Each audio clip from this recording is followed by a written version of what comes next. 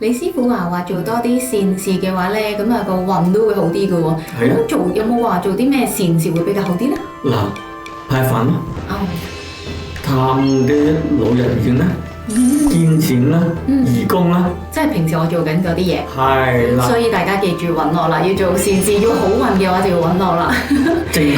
係啊，咁我哋而家今日要講嘅生肖咧就係狗仔，狗仔。咁狗仔點啊？今年咧就三合局，三合局嘅話，咁佢人際關係咧就會比較好嘅。不過咧，佢有個白虎星，飛廉星，容易會招惹啲是非，所以咧就冇咁得意忘形啦，要小心啲啦。咁可以利用嗰啲團隊嘅關係啦，去創你嘅事業咯。即係事業嗰方面咧，佢就係利用一個即係唔好話利用啦，即係輔助啦，係咪啊？係係一個團隊有個團隊嘅輔助，係啦咁樣，咁就會更加係啦，咁就會更加好嘅。咁財運嗰方面，財運嘅話就會因為合作嗰方面咧，會個獲利嘅特別多啲嘅。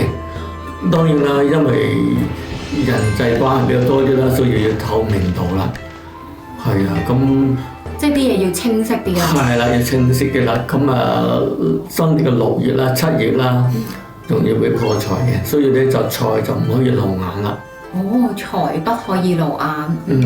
咁感情咧？感情嘅話就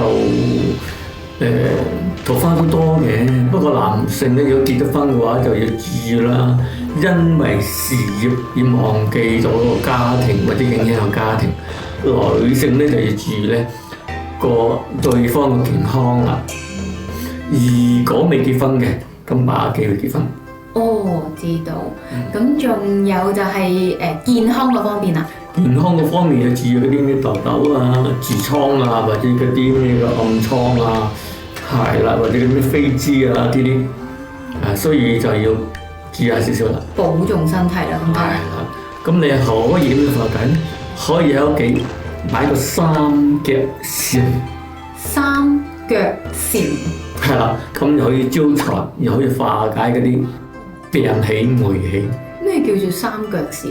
佢三隻腳嘅，即係好似嗰個青蛙咁樣嘅。哦，蟾蜍嗰啲。係啦，蟾蜍啊，係啊，或者做嗰啲瑜伽嗰啲運動啊，咁樣都係啦，咁樣或者咧，你揾一個古代嗰啲綠地銅錢佩戴喺身上都好嘅。哦，原來咁嘅。